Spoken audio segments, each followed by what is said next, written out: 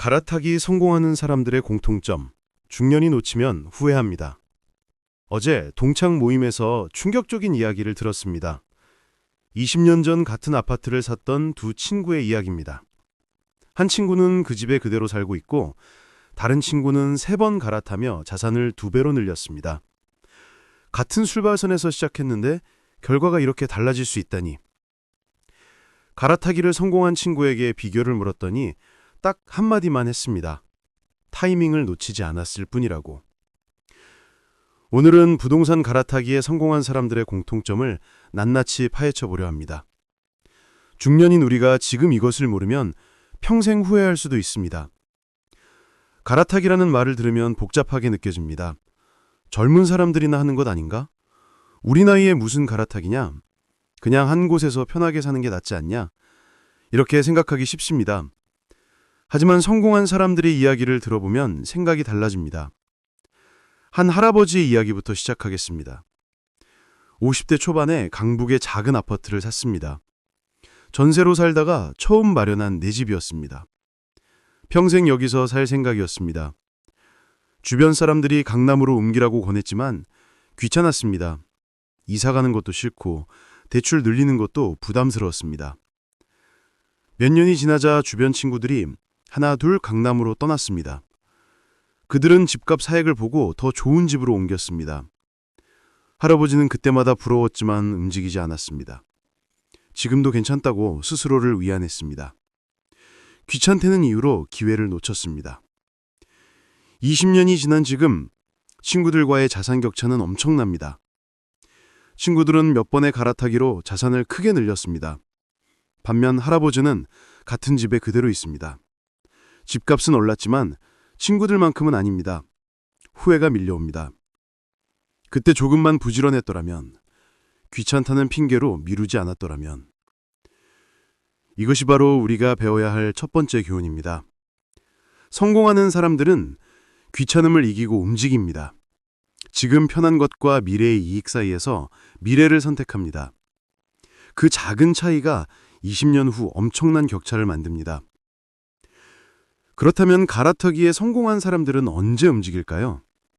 첫 번째 공통점은 시장을 읽는 능력입니다. 막연하게 움직이는 것이 아니라 시장의 신호를 포착합니다. 언제 사고 언제 팔아야 하는지 감을 잡습니다. 한 지인이 딱 한 번의 갈아타기로 큰 성공을 거뒀습니다. 10년 전 일입니다. 당시 강남 집값이 잠깐 주춤했습니다. 많은 사람들이 불안해했습니다. 더 떨어질 거라는 전망이 많았습니다. 하지만 그는 달리 봤습니다. 이것은 일시적 조정이고 곧 다시 오를 거라고 판단했습니다. 과감하게 집을 팔았습니다.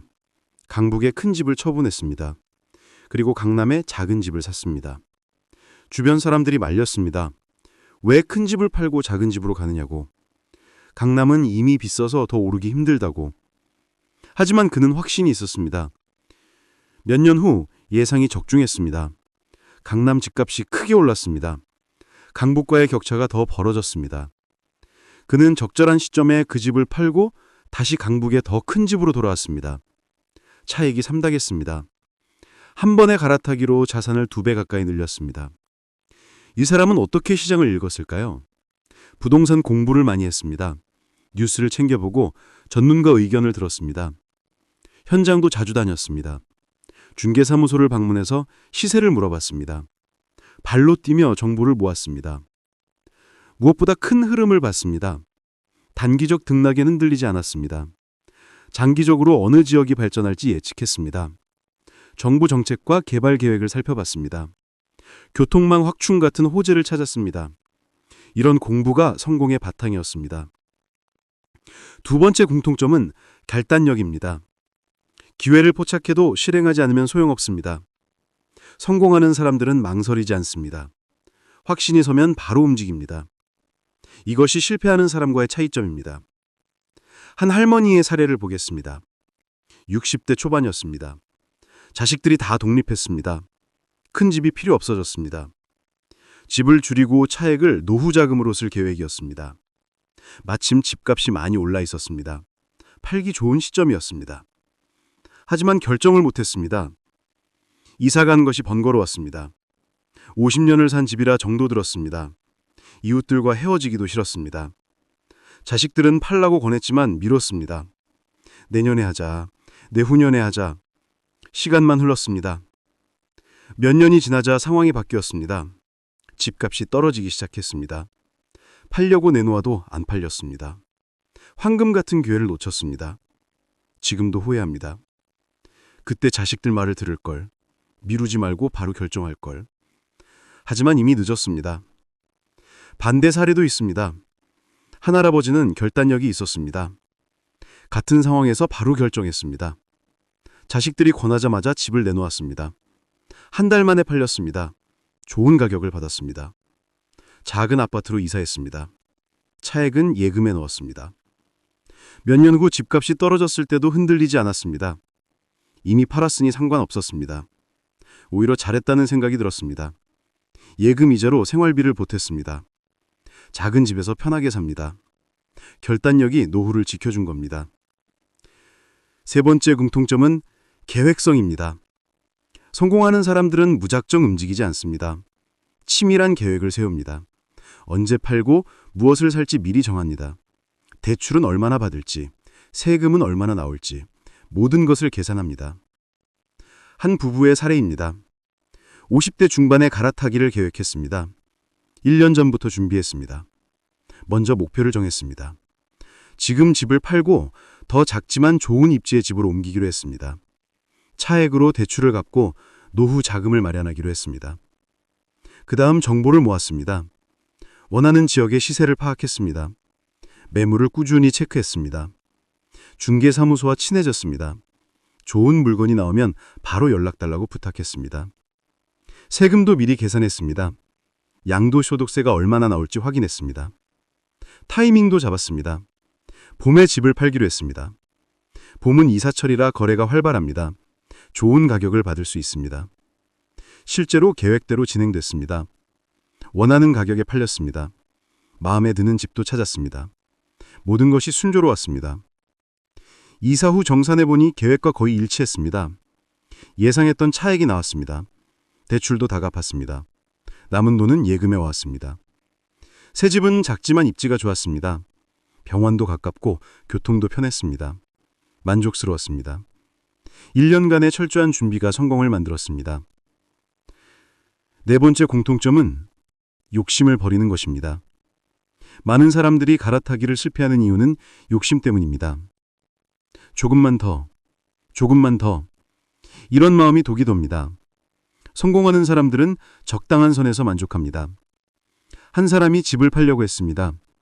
시세보다 조금 높게 호가를 불렀습니다. 욕심이었습니다. 한두 푼이라도 더 받고 싶었습니다.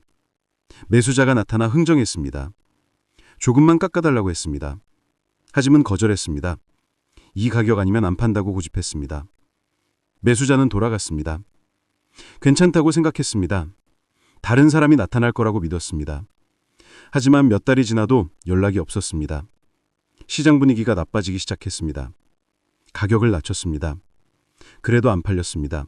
계속 낮췄습니다. 결국 처음 매수자가 제시했던 가격보다 낮게 팔렸습니다. 몇 푼 더 받으려던 욕심이 오히려 큰 손해를 불렀습니다. 처음 제안을 받아들였더라면 좋았을 것을. 지금도 후회합니다. 욕심이 기회를 놓치게 했습니다. 반대로 성공한 사람은 달랐습니다. 합리적인 가격을 제시받으면 바로 수락했습니다. 조금 손해보는 것 같아도 괜찮았습니다. 큰 그림을 봤습니다. 빨리 팔아서 다음 단계로 넘어가는 것이 중요했습니다. 몇 푼 더 받으려다 기회를 놓치는 것보다 낫다고 판단했습니다. 실제로 빨리 팔고 좋은 집을 샀습니다. 망설였다면 그 집을 못 샀을 겁니다. 작은 욕심을 버린 것이 큰 이익을 가져왔습니다. 이것이 성공하는 사람들의 지혜입니다. 다섯 번째 공통점은 전문가를 활용하는 것입니다. 혼자 모든 것을 하려고 하지 않습니다. 부동산 중개사의 도움을 받습니다. 세무사에게 세금 상담을 받습니다. 은행에서 대출 조건을 확인합니다. 전문가의 조언이 실수를 줄여줍니다. 한 할아버지가 갈아타기를 준비했습니다. 혼자 하려니 막막했습니다. 어디서부터 시작해야 할지 몰랐습니다. 친한 중개사를 찾아갔습니다. 솔직하게 상황을 설명했습니다. 지금 집을 팔고 작은 집으로 옮기고 싶다고, 차액으로 노후 자금을 마련하고 싶다고 말했습니다. 중개사가 친절하게 설명해 주었습니다. 지금 시세가 얼마인지, 얼마에 팔 수 있을지, 원하는 지역의 집은 어디에 있는지, 예상 비용은 얼마나 드는지, 세금은 얼마나 나올지 하나하나 알려주었습니다. 세무사도 소개해 주었습니다. 세무사와 상담했습니다. 양도소득세를 절세하는 방법을 배웠습니다. 타이밍이 중요하다는 것을 알았습니다. 일시적 이주 같은 제도도 알게 됐습니다. 합법적으로 세금을 줄일 수 있었습니다. 전문가 덕분에 수천만 원을 절약했습니다. 은행도 여러 곳을 방문했습니다. 대출 조건을 비교했습니다. 금리가 낮은 것을 찾았습니다. 중도 상환 수수료가 없는 상품을 선택했습니다. 이런 작은 차이들이 모여 큰 이익이 됐습니다. 전문가의 도움 없이는 불가능한 일이었습니다.